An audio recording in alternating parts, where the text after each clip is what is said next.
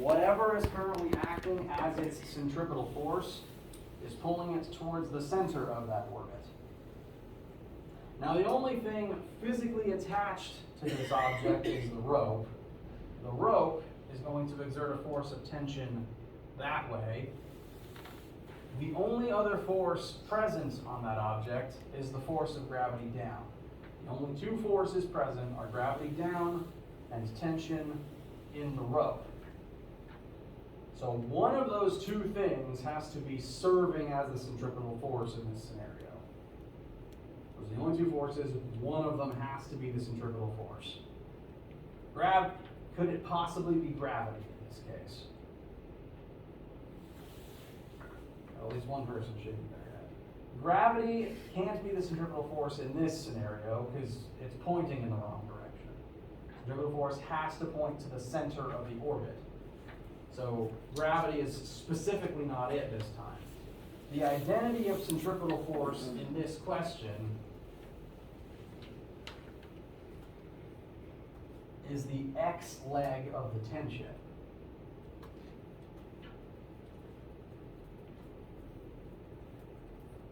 Whatever the tension in the string is, its X component is acting as the centripetal force.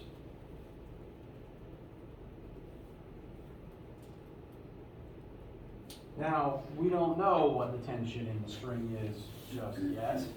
The only variables we've been told is the mass of your object, the length of the string, and that the string itself is forming a 30-degree angle from the vertical. None of that inherently yet tells us tension. However, if you think back to what I said a second ago, tension and gravity are the only two forces here. And this object is not accelerating up or down. So what should that tell us about the vertical leg of the tension?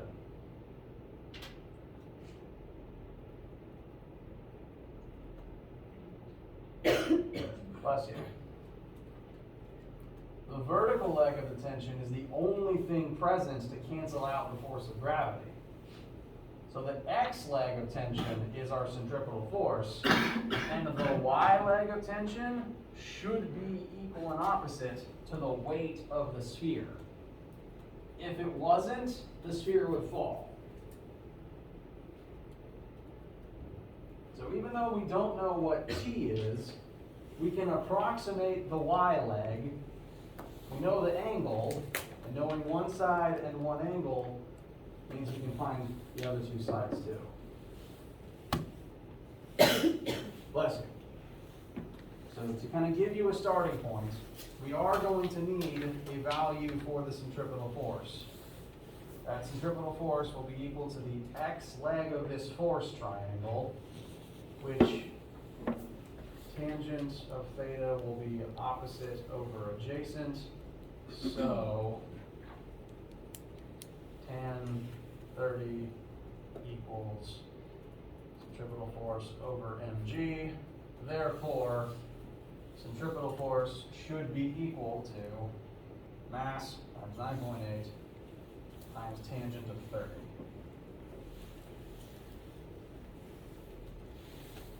Once you have that number, Fc is equal to mv squared over r.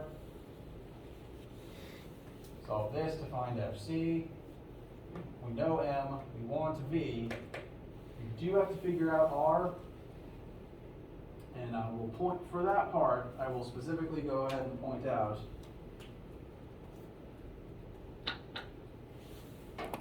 that this triangle can pull double duty. Because since the tension is in the rope, this triangle overlaps as both the shape of the tension triangle and the shape of the physical rope geometry triangle. Everyone's rope will be a slightly different distance, so do keep that in mind.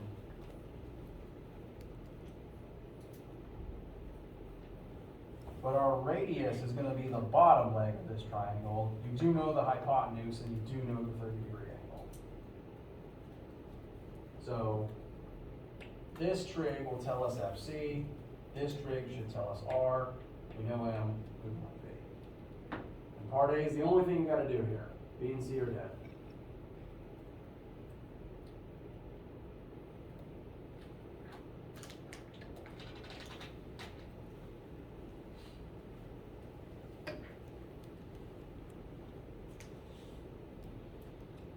How's that feel?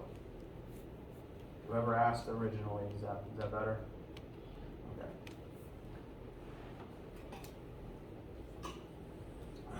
Excuse me.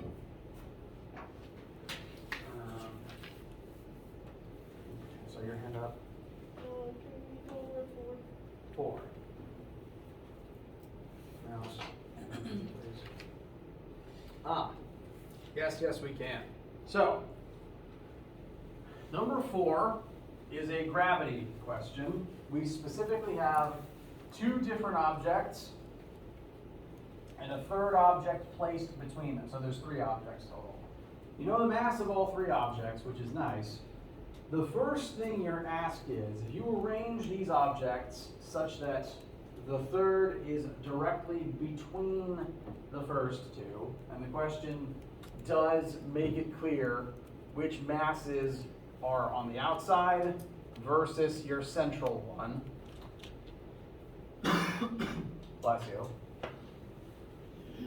The first thing you're asked is, what is the net gravitational force on your third object?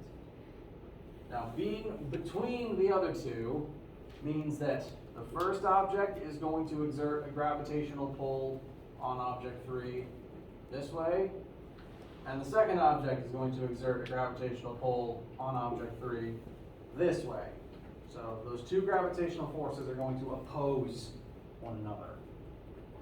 Your goal for part A is to find both of those gravitational formulas, one of which you'll have to assign yourself as pointing in the negative direction, because the formula in your calculator can't tell you that on their own. And you're going to add them together to create the net gravitational force, but in reality, one will be subtracted from the other because they're working against each other. Part A, you're going to find 2 different gravitational forces, ultimately subtract one from the other to figure out what the net gravitational force is.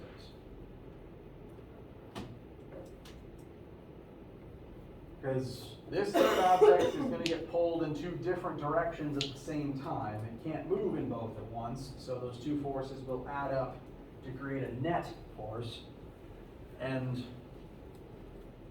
you will not only have to find the magnitude of that summation, but also its direction. But if the third object is the same distance from the other 2, it's smack dab in the center, which direction is it naturally going to be pulled harder in? Towards the heavier mass or towards the lighter mass? The heavier one.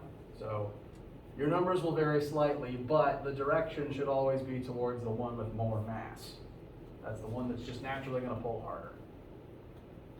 So part A, find 2 different forces, add, really subtract them together. Part B changes things noticeably. Part B, you don't know where your central object is going. You've been told to place it somewhere between the other 2, in a location where the force of gravity between the 2 objects is equal. Now, in nature, this does happen periodically. There are points between all objects where the gravity of those objects meets in the center and is just equal and opposite. There's very specifically a spot between the Earth and the Moon where the gravity between the 2 is nullified, because it's just the gravity of the spot from the Moon is equal to the gravity from the Earth, and it's real easy to stay parked right there, because there's nothing pulling you in either direction, which is nice. This happens with literally between every single object, and here you're asked to find that spot for these 2 objects. Now, For the part A, you wanted to find two different forces and add them together. For part B, the two forces need to be equal to one another. The whole point is you want to find the spot where they're the same number. So the force of gravity from object 1 on object 3 needs to be equal to the force of gravity from object 2 on object 3. We can set up our universal law of gravitation for both sides. Several things are going to start canceling out, which is convenient. There's a big G on both sides. There's an M3 on both sides. They can cancel out, make your life easier. The one issue is how to go about solving for the radius. Because you could give each side its own specific orbital radius, in which case you have two unknowns. If you listed them as separate variables, this one equation you couldn't solve for either radius. Because we want to know that middle point. We want to, well, it's not literally in the middle. We want to know where in that central area these two forces are equal. If we plug into different r's, then we can't solve for either of them. So instead, we need to write one of these r's in terms of the other one. Your numbers will vary, but you do know the distance between the outer two objects, which means that if you set one of those distances as r, the other one can be rewritten as the full distance minus r. How's that feel for right now? Okay. Once you rewrite them like this, and plug that in instead of two different r's, now there's just one r that you can solve for. There will probably end up being a quadratic involved in that process, but this is at least the first way that I can think of that results in just the one r that you can solve for. Keep in mind, to make your life easier, the big G on both sides can go away, it'll just cancel, and the third object's mass is present on both sides. That can just cancel too.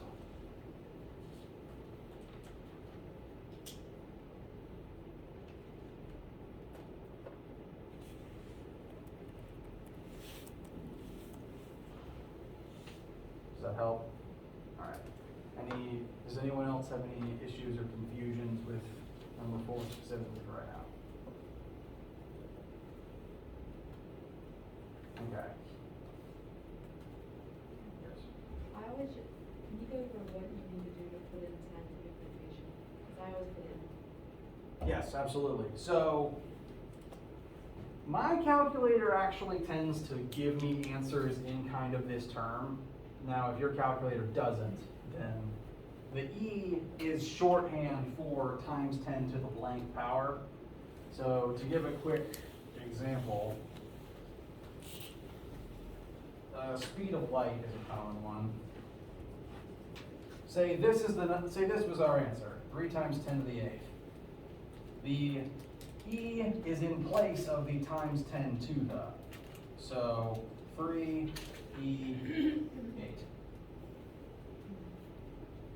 Now if it's times 10 to a negative number, negative stays, you still make sure to put that negative between the E and the number. So wherever you would put times 10 to the power of, you can replace that whole thing with E. Okay, and then when you actually typing it in, you don't put any spaces or anything? No spaces. It's just number, lowercase e, positive or negative sign if you need to specify, and then the number that 10 is to the power of. WebAssign tends to get, the code inside of WebAssign will probably list the answer fully with 2 digits and a positive or a negative, even if you don't really need to specify a positive. But it is smart enough. Now, say for this particular question, WebAssign, we get rid of the negative real quick. We put in this answer, WebAssign was looking for this answer, it's smart enough to know that's the same thing. It's at least that smart. And there's a chance your scientific calculator might even give you answers in this form already. If ever your calculator spits out like a blocky bracketed E, it's the same thing. WebAssign just knows that you don't have a button for that tiny uppercase E on your keyboard. Does that help? All right.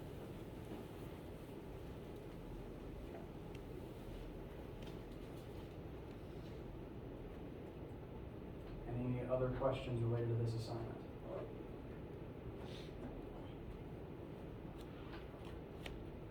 Okay. As you're working, please send me any questions you have as you encounter them. I'm going to call a quick pause. I need to fill up my water. The cup I'm using today has a dramatically reduced capacity. And in a minute, we will begin looking at the first concept of Chapter 8, because that's what our lab is going to be about this week. So we'll reconvene in just a sec.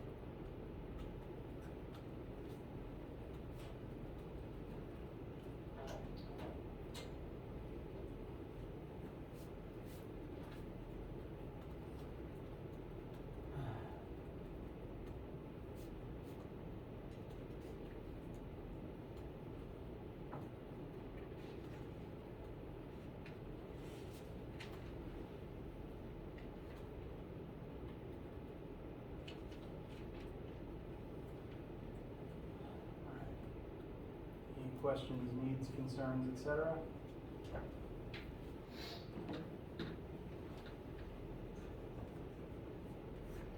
Okay. So we're going to just start Chapter 8 today. Main thing we're going to talk about for right now is torque, because that is the principle that we'll be using in lab this particular week. Chapter 8 is just a direct extension of Chapter 7. We've been talking about rotation. We mentioned that every linear concept so far has an angular counterpart. So we're going to continue looking at some more angular counterparts and defining their unique quirks as we go. I'm briefly going to show how some of our linear formulas translate into angular ones. You do not need to worry about necessarily copying them or memorizing them right now. I'm just going to quickly show you the comparison.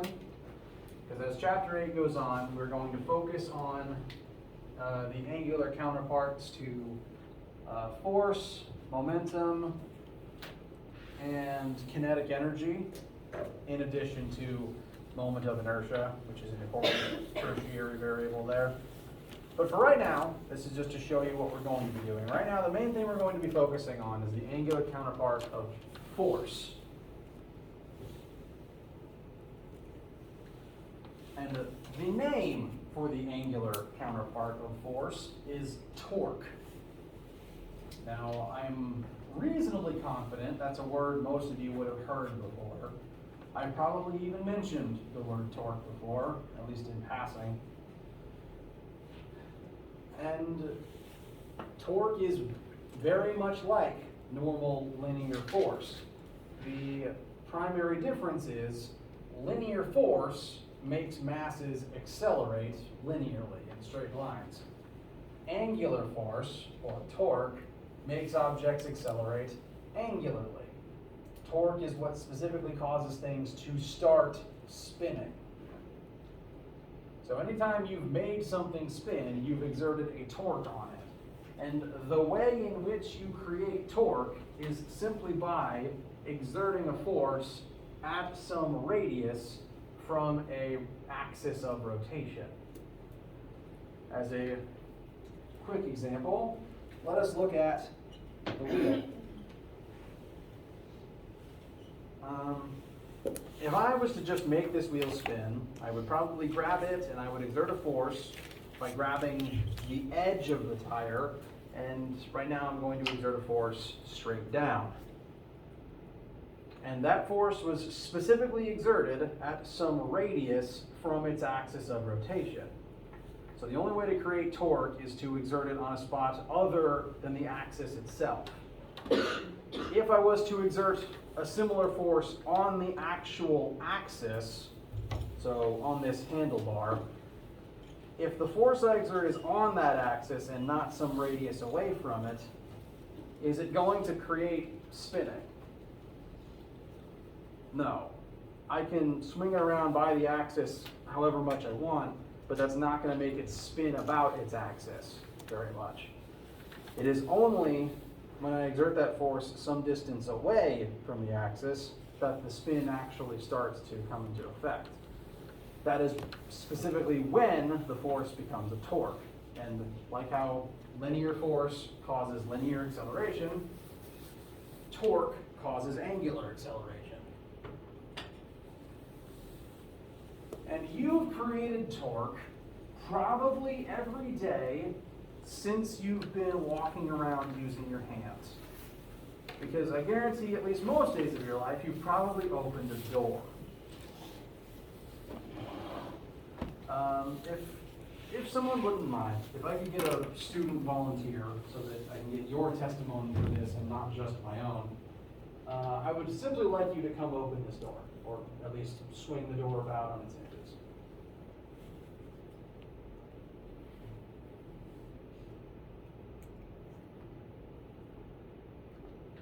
Thank you very much.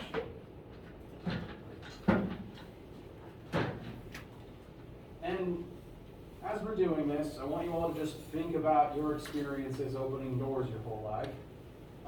Just grab the doorknob and exert an amount of force to open and close the door. All right. Would you call that pretty easy? Yep. Very good. Now, I want you to come around to this side of the door, and using roughly the same amount of force, I want you to exert it here, much closer to the hinge. Would you call that easier or harder? Harder. How much harder? Decent amount harder. Decent amount harder.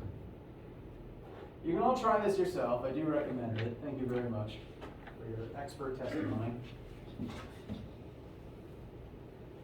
The reason for this is you generate more torque if you're further away from the hinges. If R is bigger, torque is going to come out bigger, even if you're exerting the same force. This is why Western doors put the doorknob on the opposite side as the hinges. If the doorknob was literally on the hinges instead, life would be a lot harder. Try that yourself. I do recommend it. Just don't get your fingers stuck in the door jamb. And like I said, you've dealt with this your whole lives. You might not have thought consciously about that interaction, but it's there. and frankly, most human tools in general utilize this principle. The entire purpose of a wrench, a screwdriver, a baseball bat, a crowbar, is so that you're exerting a force some distance away from where it's actually going to end up. Have you ever tried to tighten a bolt with your bare hand? It's not the best, is it? Especially not if you're trying to loosen a specific rusty one. Not the best. The whole reason a wrench exists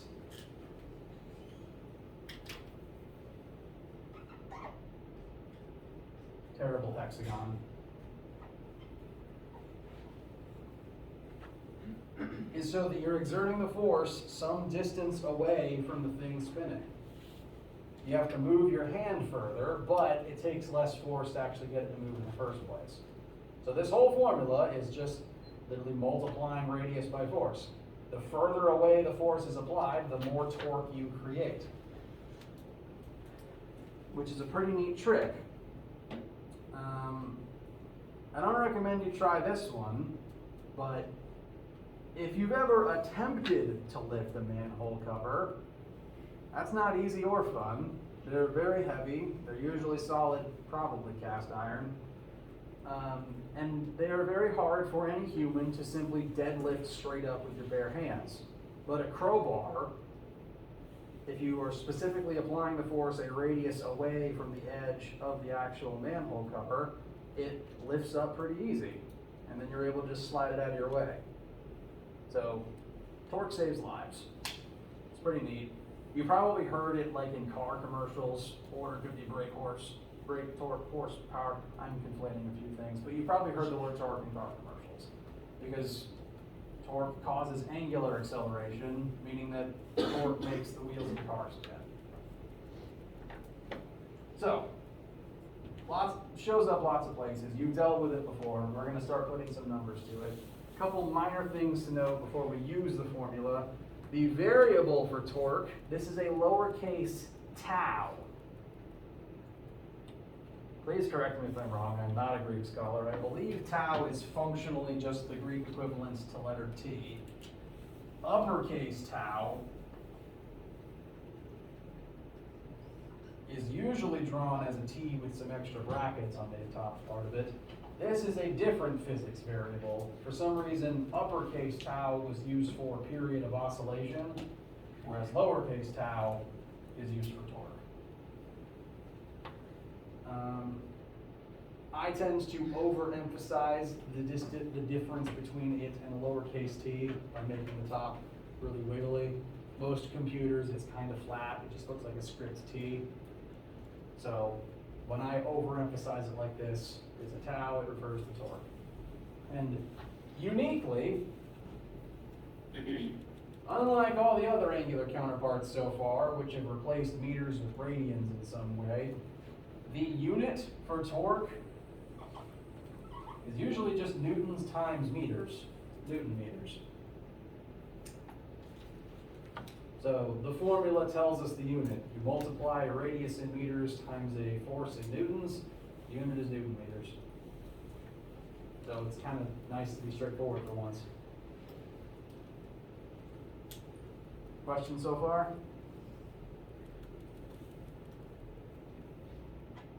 Okay. Real quick, if you have a 1 meter long wrench and you exert 12 newtons on the end of that wrench, how much torque do you create?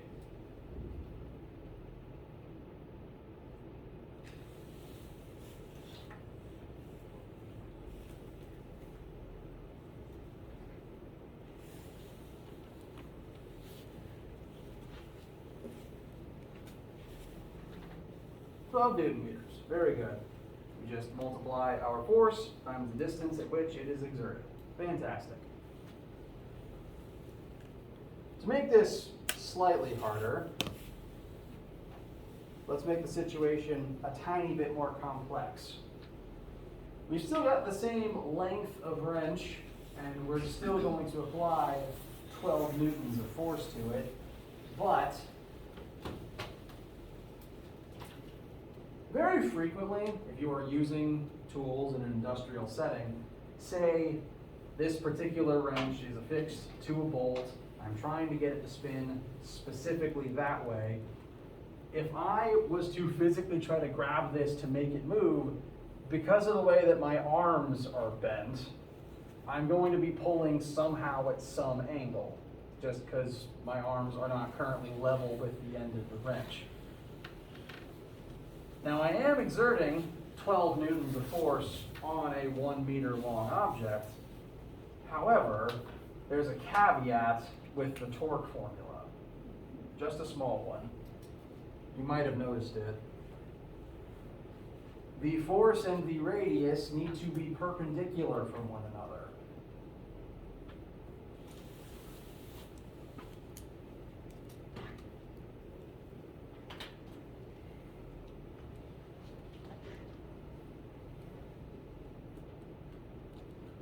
If we look at this picture again, say, for example, if instead of grabbing the wrench and trying to make it spin that way, if I grab the wrench and just try to pull it off this way, parallel from the bolt, will that make the bolt spin? No, and that's because that force is parallel to the axis. That does not generate torque. The force has to be perpendicular to the axis to actually generate torque. And this force is only partially perpendicular. So we have to do a small amount of trig to figure out what portion of it is perpendicular.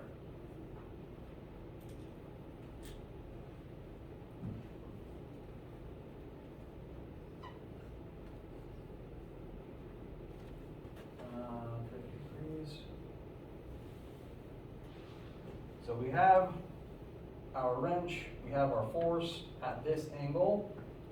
I'm going to draw a quick triangle that looks something like this. The hypotenuse is not perpendicular to the wrench. This piece is not perpendicular to the wrench. That is in fact parallel to the wrench. So only this leg of our force triangle is actually perpendicular to the wrench itself. So that is the amount of perpendicular force that will actually generate torque in this situation. The hypotenuse is allowed to not be perpendicular. Like I said, most of the time, just because the way that our arms work, you're not going to be able to completely exert a perpendicular force. But some portion of the force you apply has to be perpendicular, or you won't actually generate torque. You won't actually cause it to start rotating. For this specific case, to find this leg of the triangle, which is perpendicular to the length of the wrench, we are applying a 12 Newton force. That's our hypotenuse. Sine of 50, maybe this leg over 12.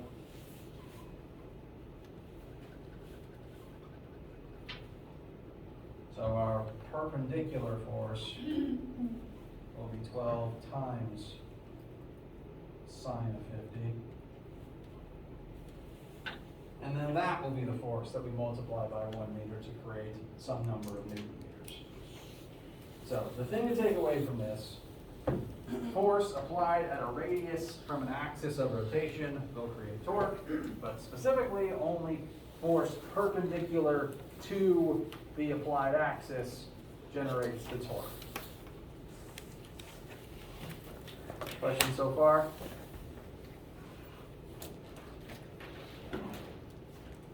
All right.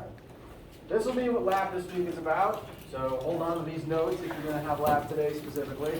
If you don't have lab today specifically, then focus primarily on everybody focus on finishing up Chapter 7 homework quiz tonight. We'll revisit torque and other angular concepts as the week goes on. Send me literally any questions you have as you're working on your assignments. And if I don't see you later today, have a wonderful day.